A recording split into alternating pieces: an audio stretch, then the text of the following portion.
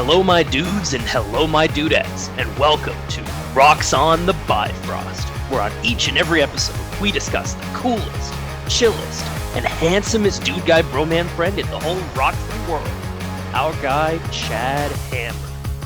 I'm your host, the immortal Faz, and along with my guy, Rowdy Roxxon Ryan, we are here to take you on a journey in the good old Thor Truck with our Mjolnir premium subscriptions. There will be battles, there will be babes, and there will be Roxxon. Welcome to the show, everybody. Rowdy Roxxon Ryan, what did you think of what is sure to be known as the greatest comic of all time? I mean, we're gonna have so much time to get to this comic. I want to talk about, first and foremost, the best intro we have ever heard on this podcast. The greatest intro that maybe the world of comic books has ever seen. It's okay, a little bit of a peek behind the curtain, everybody. I'm Ryan. I'm one of your hosts. Faz is one of the Warriors 3. He was so looking forward to this issue that he was like, hey, we should switch up the intro for the episode. And I was like, okay, dear God, what is this going to be? And dude, you fucking nailed it. That was awesome. Hey, look, man, I've done enough of these to know how the intro usually goes. And after listening to that, after reading that comic once, I knew exactly what needed to be said. Right. And it's also important to note for this episode, we are missing one of our broskies 3, not Warriors 3, because we're in the Roxxon world. Chilliam William, Puffy Will in the flesh, is unavailable today.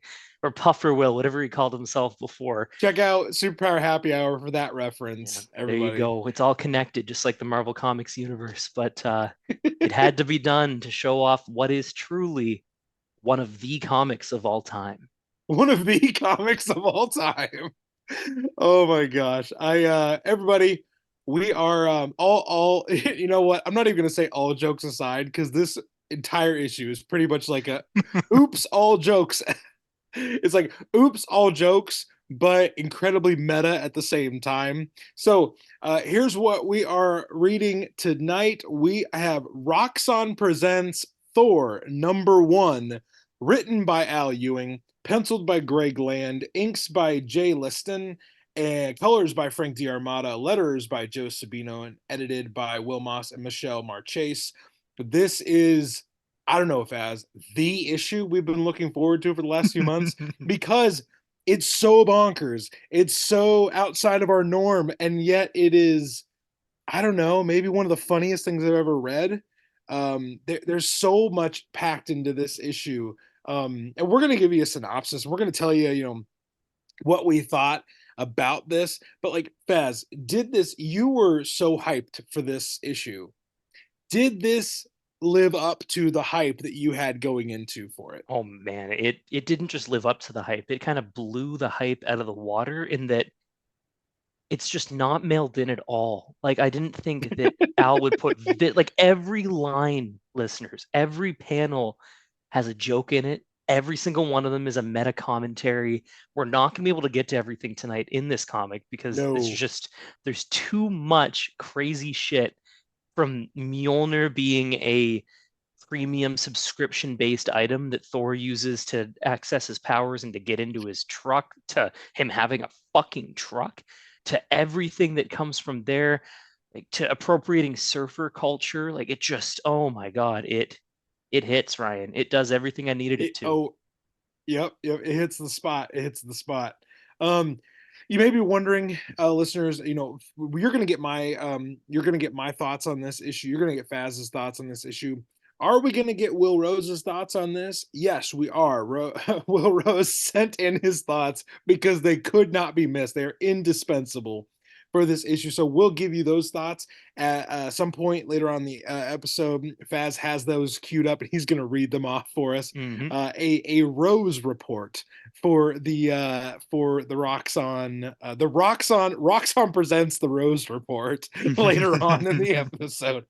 But everybody, we are here to break this down. I'm going to give you a synopsis, and then I don't know, wherever the Rainbow Superhighway takes us, we will go and we will try and give you our best with this, because I don't know, guys. It was fucking unbelievable. Okay, Roxxon Presents Thor #1 starts. We are inside the issue that Thor is reading at the moment. So this we are reading this issue as Thor in the story is reading this issue.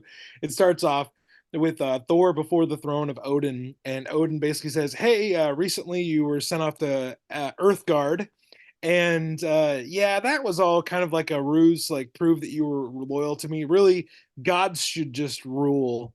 Gods should rule because we rule. Put it that way." And then Roxxon Thor shows up on Earthgard. We see his premium subscription hammer. We see the Thor truck for the first time. We see him talking to babes on the street. We see so many different things. Though he has to password encode his cyber truck, Thor truck. He Hey, peels hey, hey, out. hey, hey, hey. The truck is not a reference to anything. We don't want to be sued by a certain litigious company that has a giant T on the front of their stuff. We would never do that. This is a Thor truck. The fact that it's a box and it's bright gray and runs over people with its auto driving has nothing to do with anything. We are not referencing anything, and neither is Al Ewing. We then see Thor drive up to the Roxxon headquarters, and there's some unruly youths outside who are protesting, and they're they're getting in Thor's way. He lights up the street with some lightning, and then he views it as like he walks away from this situation hurt. He walks away from this being the Emotionally, victim. though, emotionally hurt. He's yes, even a thunder god can cry. He meets up with his mentor and best friend, the Minotaur, who tries to talk some sense in him and points out that maybe it's his brother Loki that's causing all these problems. We then see Loki being the mastermind behind the unruly youths, and he's secretly the bad guy, the quote unquote bad guy in this issue. We go off to the beach, and Thor is chilling with Scourge and Amora. There is some underlying drama in Scourge and Amora's romance that It's a love Scourge is triangle, listeners. Scourge is a little oblivious to it. Or I guess a love Hi, square if you include Heimdall too, eh? yeah, Heimdall shows up. Old school Heimdall shows up, and they all go to break up the unruly youths as the Broskis Three: Thor, Roxxon Thor, and the Broskis Three. Loki unleashes some magic to turn his unruly youths into monsters, and then we see kind of like we zoom out a little bit, and we see the Minotaur talk to Thor about the comic he's reading being a parody of him. And there's some really interesting truths that are given to us in that little conversation that the Minotaur has with him. But then we pop right back into the story. We throw on some goggles, some alternative reality, artificial reality goggles, and we see For the only Broskis $8.99, you Three. can get them yourself, listeners. Only $899, everybody. You can have rock specs. We see the unruly youths get taken out by the personal crowd controlling drones, and it's only a few thousand volts of non-lethal electricity coursing through their veins. You can get those We, for $9.99, listeners. yes, yes. We go back to Asgard at the end, and we see Thor be like, "Hey, maybe I should rethink about what it's like to be a hero." And then it was like, no, no, it's all about money at the end. Straight And cash, Minotaur homie. Minotaur hands him a bunch of money for a bonus, all in a good day's work for Chad Hammer. And yeah, that's where we get the title of the issue. It is hate is oh gosh, let me get the phrasing correct. It is hate is a color called green.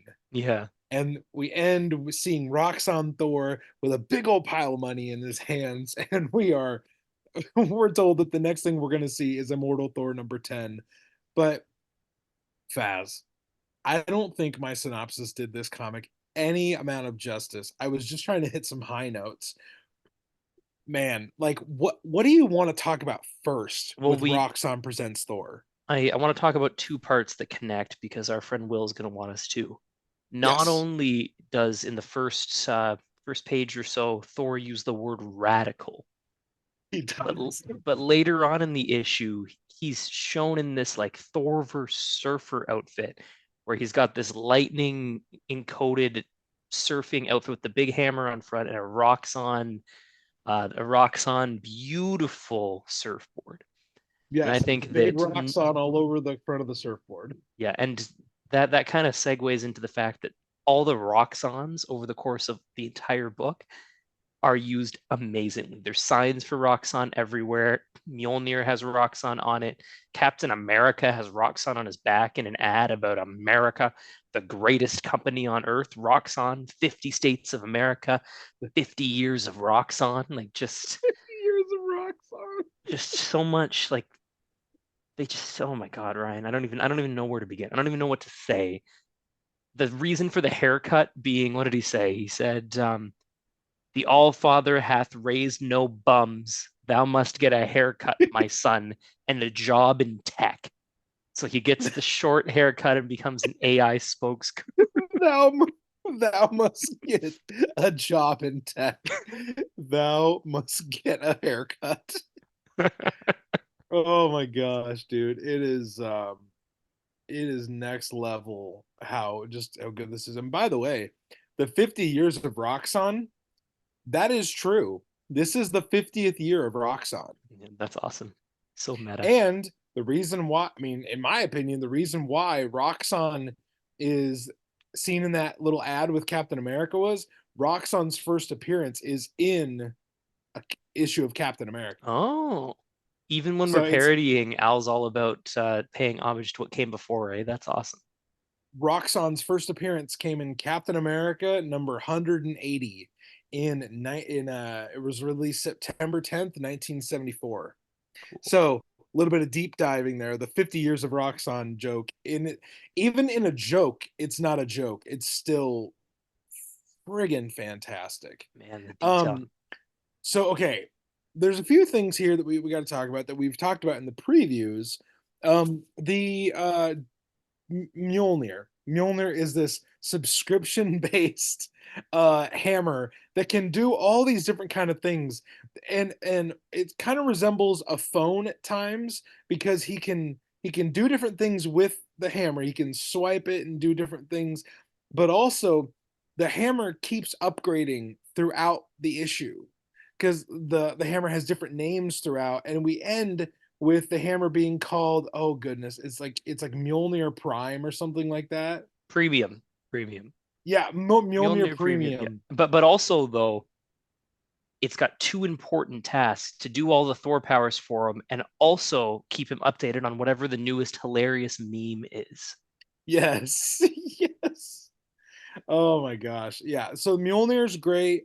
So we talked a little bit about the Thor truck already, Oh, but you were so excited, Ryan. Tell us what you thought. we thought I think I can speak for Faz and I, and maybe a little bit of Will here, where we thought like the Thor truck was going to be this big, like dually, like just like Like a monster the truck. ultimate douchebags truck, Yeah. and it's not. It actually like it's a what you said earlier, Faz. It's like a cyber truck. It's a Cybertruck. Um, Yeah, that's exactly it's a what it is. big rectangle. It kind of looks like the mallet part of Mjolnir. Yeah. And man, I do do you prefer it this way where it almost looks like the Ninja Turtles van? So this is Or so much funnier. The fact that it's a takedown okay, of the Cybertruck versus being a really badass monster truck is yeah, so funny. Like like I said before, like the running over people in autopilot, like the big T on the front, him struggling to open it because the technology is too, it doesn't have actual handles anymore. So futuristic, and he's got to use the app, and the app doesn't work properly, so he can't even get into his truck, and he can't let the girl into his truck because of the same problems. Like it's just, oh my God. I can't stop it, saying, oh my God. and when the Thor truck gets hit with a banana peel, it gets hit with one banana peel, Yeah. and then Thor brings down the thunder on everybody. No, no, no. But before we even get there, the signs that the ecological quote unquote terrorists say, they read "down with stuff." Boo. Good things are Things are bad, actually. actually good Grrr. things are bad. Thor makes me soar. And the thing they're chanting is 1, 2, 3, 4. Who do we like not Thor? It's just it's so bad it's good. Um and when Thor's truck is assaulted by this banana peel, he says the glass is bulletproof in the case of urban threat, as is standard, but my feelings are not. Thus, I summon the storm as easily as I might summon a delicious triple beef rocks burger via Roxxon Grub to go. As the unruly youth scatter, he says, "For all I have ever wished for the realm of mortals was for them to think I am cool, and now they do not as much. Truly, it is said, even a thunder god can cry." And he's shedding a tear as they run away. Like, this is the most self-absorbed.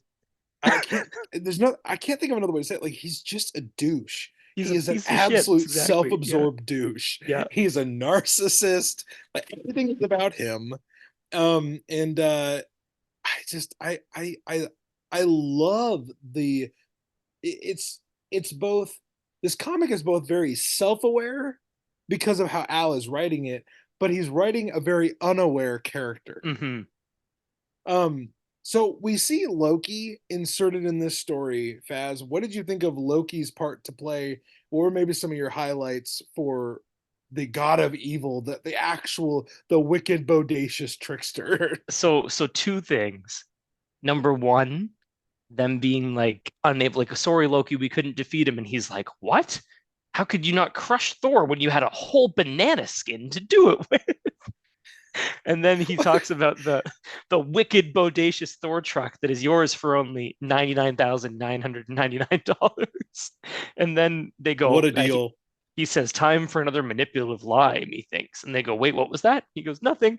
Climate change is real. This And then is they move real. on. Oh my gosh. I would And then he said, love, quick, give a 10-hour video essay about why Thor is bad. Oh, yes, a video essay. yes, a video essay. Um, when they my okay, so my favorite part of this entire issue, and that was really hard to boil down. My favorite part of this issue was when they break into Loki's hidden base, Hmm. and they do it because Heimdall can smell the quote. Oh gosh, how does he say this? Heimdall can smell it. He says, "I, but not you cannot hide from my all-smelling nose. And your allies, like all who protest against upstanding business geniuses, do not bathe properly." And Loki screams, "By the pits of Muspelheim, the pits of smelly hippies are my downfall." And And then then gives us a chance Thor, for a product placement ad. Come on. so Axe body spray. I mean, Roxxon body spray. do the product placement Of fast. course. So Thor says in his most smiling product placement face, a shame they disdain the good products of Roxxon, Loki. For only Roxxon body gel, scented with engine oil and hot sauce, hath exfoliating microplastics that keep even a god fresh, clean, and ready for action. And then Enchantress, with a heart around her speech bubble, goes, I'll say. God, it's so crazy. Just to She's slightly just back up too, there's this like extremely unnecessary, gratuitous shot of the Enchantress, like stripping almost out of her bikini. And then she gets a big hug from Scourge, and we learn that there's a love square going on. right, Love Square, Scourge right. is an idiot and just understands that, like, what does he say? Weeping a happy tear for our drama-free love life, I see. I see. Meanwhile, as she's pining over Thor, Heimdall comes over and she references that they blew their relationship. There are three men in the Enchantress's life here: Thor, Scourge, and Heimdall. And it's just, oh my God, Ryan. I can't stop saying, oh my God. Everything about this is hilarious. Well, so I love how the Enchantress really doesn't play a huge part in this, but like she's still used to great effect, especially Hmm. to cause the tension between the Broskies three.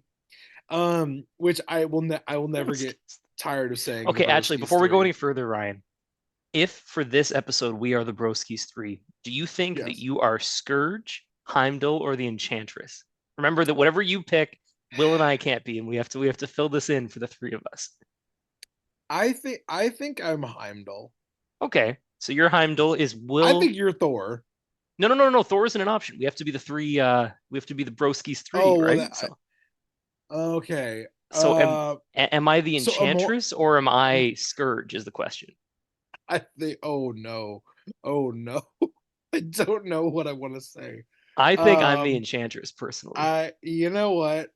If you're cool with it, I'm definitely cool with it because it's what I was gonna say. All Um, respect to Alex, who is the true Enchantress, but I can be the yes, Roxxon yes. Enchantress for this As episode she as the as she listens to this and fumes at your she blasphemy. she she will be upset, but just know I'm a cheap copy, Alex. I'm just here for this Roxxon Thor issue. And I Yeah. mean, ill will. I definitely can't fill out a bikini like the Enchantress can in this comic, but I will do my Nor should you best. ever try. Um, the part of the issue that I think is maybe meant for us going forward, like the ongoing actual story part of why Roxxon is dealing with any of this enchantress nonsense, the plan that she has in mind, is when the Minotaur breaks the, quote unquote, the fourth wall, and we see Thor reading the comic that we are inside, and Minotaur breaks that veil and says, "Can you hear me now, Thor? I want to rotate into this experience for just a moment to speak to you directly. The comic is self parody, of course, but parody is an effective weapon in these times." I love that line. Hmm. A brand that takes itself seriously is mocked. A brand that mocks itself has free reign, a free pass into every consumer's head. Screenshot the cheesy advertisements, turn them into memes, make them viral, a disease that nests inside of you. Make them harmless. We can laugh together, can't we? We're such good friends. How could you do this without us? We are allowed to play, to be in our own joke, because in the end, the joke is on you. The joke is you. And we'll tell you until it eats you alive. Understand? You are a joke now, Thor. A stupid, pathetic joke. And then Thor just shouts, "This is not who I." And then he's right back into the illusion. He's right back into the issue. They're changing it again to put him back in this situation where he's just this, Chad Hammer meathead. But Faz, what did you think about that? Like that break, we're breaking the fourth wall in a comic where we're already breaking the fourth wall in a meta kind of way. So this panel is definitely the reason why Al Ewing wanted this story. He only does this kind of meta stuff when he has a story to tell, and this is what he wanted to do. He wanted to talk about the dangers of capitalism, the evil that big corporations are able to do, and the fact that self-parody can be weaponized in this way in order to distract people and kind of keep themselves in a safe spot and distract them from what they're actually doing, right? So this to me is why this storyline exists, and I think it's poignant. It is crazy to me that Al was able to do this. And I also read a couple reviews and a couple comments that made this point that I thought was really interesting. Most people who are high level business people at companies would totally understand the Minotaur's reasons as, yeah, business wise, that makes perfect sense. It's not even incorrect from a business perspective. It's just extremely icky. And the Right, fact that Al gets to make that clear and lay it bare through a Thor comic like this is really cool. Even the silliest, goofiest, most ridiculous Thor comic, Al is telling right. he's making a point. He's telling a very important story and giving a message. And I think that's really cool. Yeah, and we go from that message, in that important message, we go then to an immediate distraction. Hmm. We go back to the distraction of beating up Loki and the unruly youths. I love how they do this because normally we would see Thor, bring down lightning, and he would use his own lightning but now he can show it in awesome 8K. You'll feel it. You've never been crisper, my evil brother. They bring in these drones, and this is so funny to me. Scourge is narrating a little bit, and he says, firing 200 Roxxon brand, not quite lethal, taser rounds per second. They're fully legal for personal use on the highway, personal defense on the highway. And there's an asterisk that points you to a panel at the bottom of the page that says Supreme Court Sorry, judgment I'm still pending. not sure about that. It says Supreme Court judgment still pending. And then Scourge and Thor high five and say, haha, thou art merciful indeed, Scourge, as there's just tons of people laying on the ground, like partially conscious. Yeah, but they're not dead, Ryan. And they're They're and not dead. they're They're not dead. Though these vicious hoodlums have surely earned worse than a painful thousand jolt shock or several. I thought that was hilarious. It was like, yeah. haha, thou art merciful indeed, as these people are just splayed out on the ground. Oh my gosh. Faz, towards the end, did you have any like final thoughts on where Thor is put at the where Roxxon Thor is put at the Roxxon end of this issue? I think the final shot of that's the kind of green policy I like while he's holding money is the perfect encapsulation of this Thor that we've gotten. And I think that, even Gaia going from last book being a kind of grotesque man thing style beast to being like a pretty Yeah, woman with roses on her kind of perfectly right. encapsulates it. But the thing I really want to focus on is our note from our friend Puffer Will and what he thought about Oh, the issue. okay, yeah. So we've given you kind of our thoughts, and I'm sure we'll do like some final wrap up stuff. But this is Faz is about to read Will Rose's thoughts in Roxxon Presents The Rose Report. Now, as longtime listeners will know, I do a perfect Will Rose impression. So I will do my best to bring the same quality that I've brought in the past It's in this spot on. Roxxon Rose report. Radical? Radical, Mr. Ewing? If I wasn't laughing throughout this whole comic book story and parody, I just might forget how highly outraged and offended I am of Roxxon culturally appropriating surf culture and stoking stereotypes. At this very moment, I'm outside Marvel offices with my protest sign that reads 678, who do we appreciate? Not Greg Land. Actually, now that I think about it, he was perfect for this book, and meta commentary that the things I actually care about could be turned into a joke or a meme to distract me from doing anything about it. That's straight from the vocal cords of Will Rose. Ryan, what'd you Dun think? dun dun. That was Roxxon Presents The Rose Report. I think last time I went really deep with his voice, so I wanted to go as high as I could do it this time. Yeah. No. You know what? I think I didn't expect it to actually kind of remind me of Will. Now watch. Now watch. He'll listen to this like that sounds nothing like me.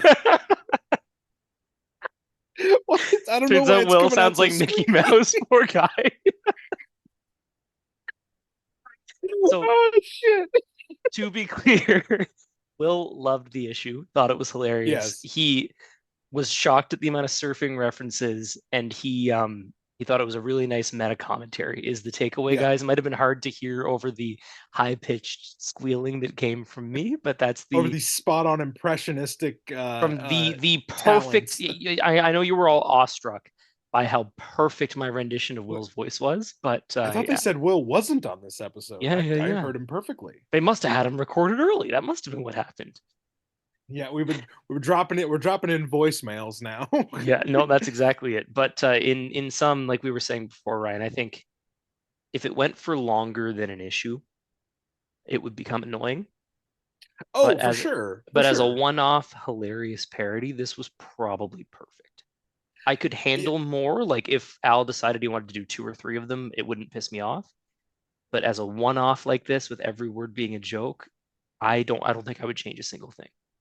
no, and I think that because here's just and just so you know, listeners, next week we're gonna release an episode kind of just talking about our favorite moments of Immortal Thor so far, kind of like just checking in. What do we like? What have we liked? About this run so far. So we'll get a little bit more of this on the next episode. But one thing I think that this issue really highlighted for me was we've done a lot of dense story lore building this conflict between the elder gods and Gaia and Tyrannos and all that stuff. This issue was a very nice kind of meta palette cleanser where we got to like laugh a ton, but also realize like some of the like deeper themes Al is really trying to at, at least shed light on. Not I'm not saying this is like Al Ewing's manifesto for what a very poignant and current comic should be. I'm just saying he does either poke fun or raise questions about things in our very real world through the character of Chad Hammer and through the entity of Roxxon. Like we all know these themes that he brings up about Roxxon, they are things in our real world. So like the comics world mirrors our world in a way that we can both laugh at, but also say, "Oh shit, it is like that." Though, what did you think about that, Faz? About like how this comic did mirror certain things in our real world. Well, similar to what we talked about, I think maybe the last issue of Immortal Thor, when Jason Aaron did it, it was almost too soon for its time. He was making similar points, and a lot of people were like, capitalism's not really like that. This is ridiculous. Come on, Jason. No one, an undead Minotaur running a giant company that's an allegory for Apple and Facebook and Google is ridiculous.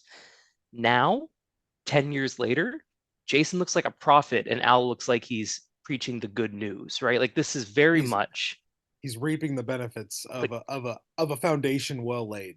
every one of these jokes, you could see McDonald's making an ad with this sort of thing in here. You could see Yeah, yeah, any yeah, yeah. corporation doing these things now. It's not unreasonable at all. Like they've built on each other beautifully so that if Jason was the dire warning, Al is like, we're too fucking late and this is what it's like now. We're too, And like, and it's crazy. Like, it would be hard. It would be impossible for unless we just got blanket truth serum answer. But it's like, was that Jason's intention? Is this Al's intention?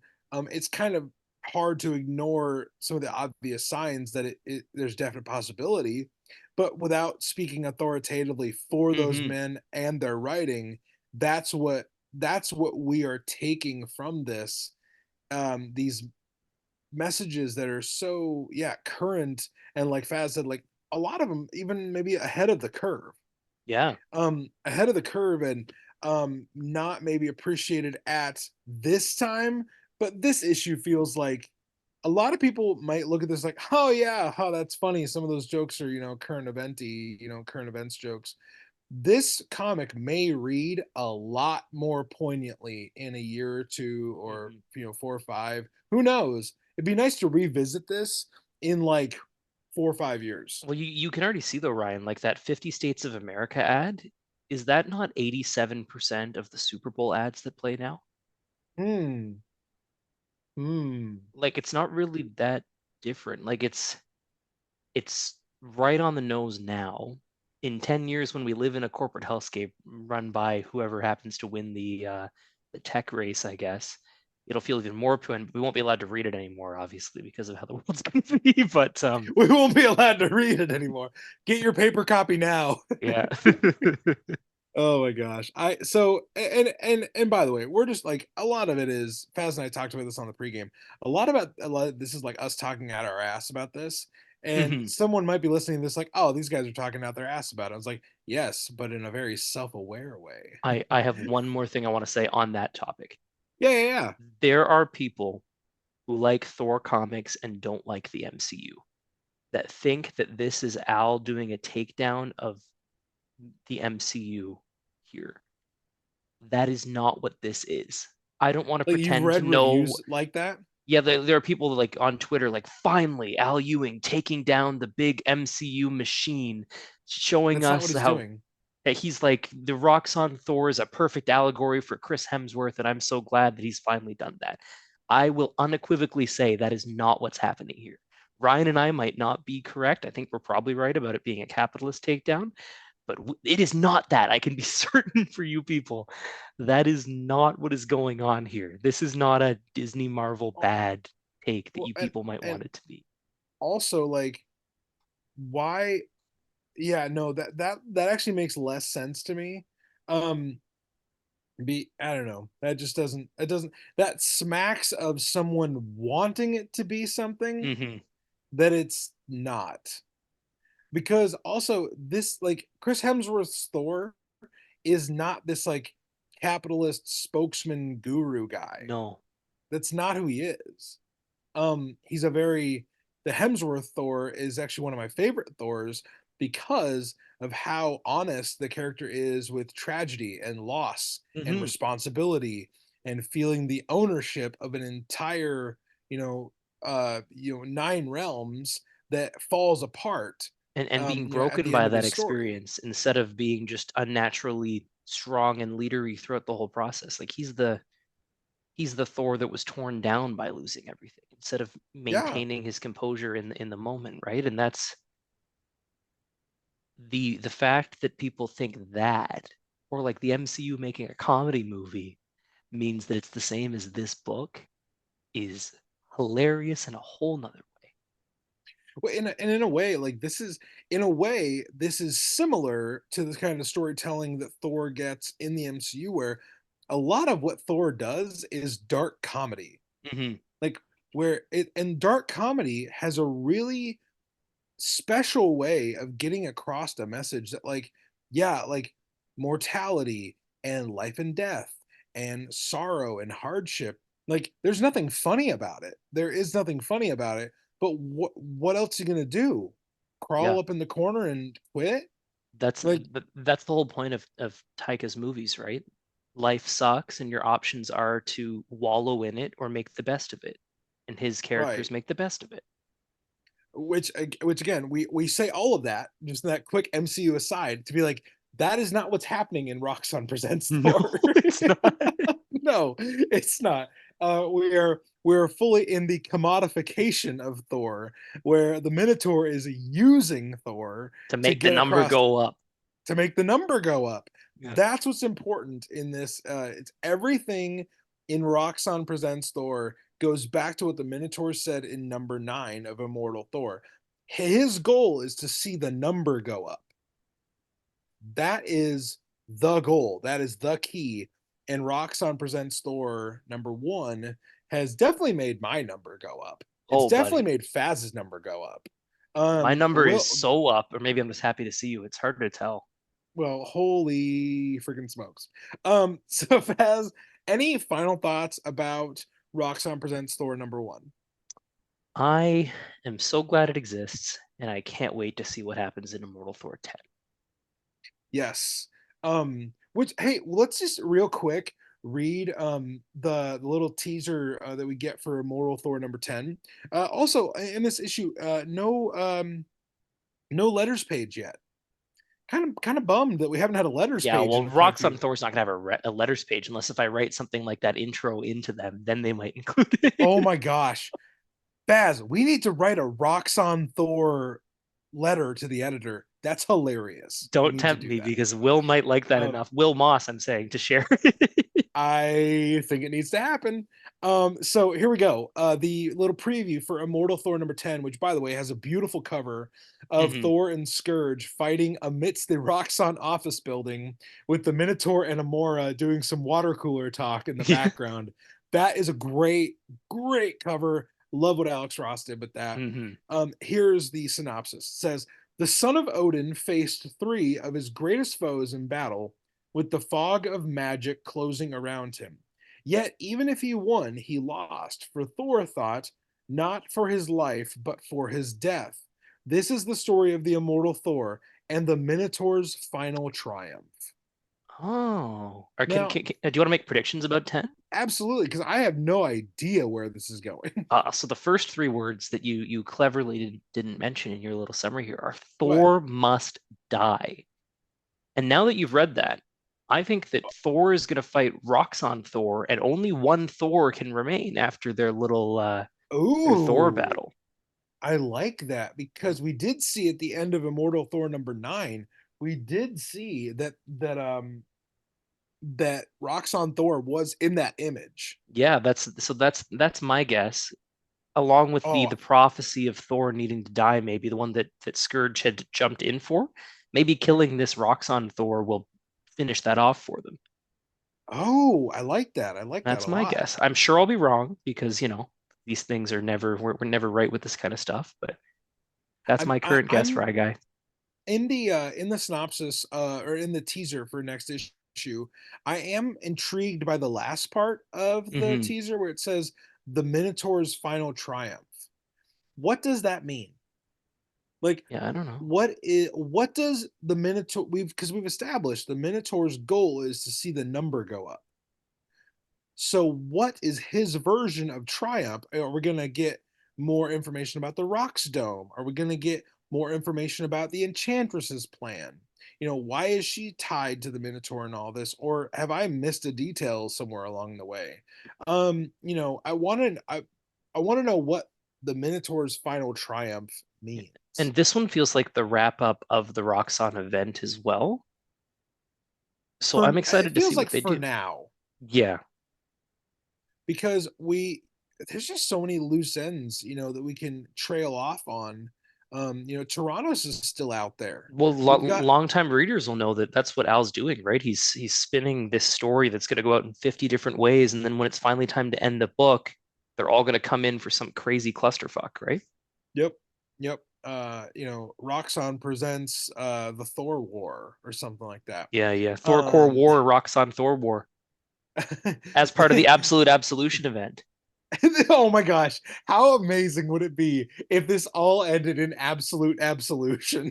Listeners, just so you know, it was so funny to me that Marvel announced their newest event the day that this came out. They have like the Annihilation of 2099 coming, which looks Yeah, super Annihilation cool. 2099. Oh, But it they looks announced amazing. that on the day that they were doing this spoof about the Absolute Absolution event. Right, And I was right, like, yep, man. no, that makes sense.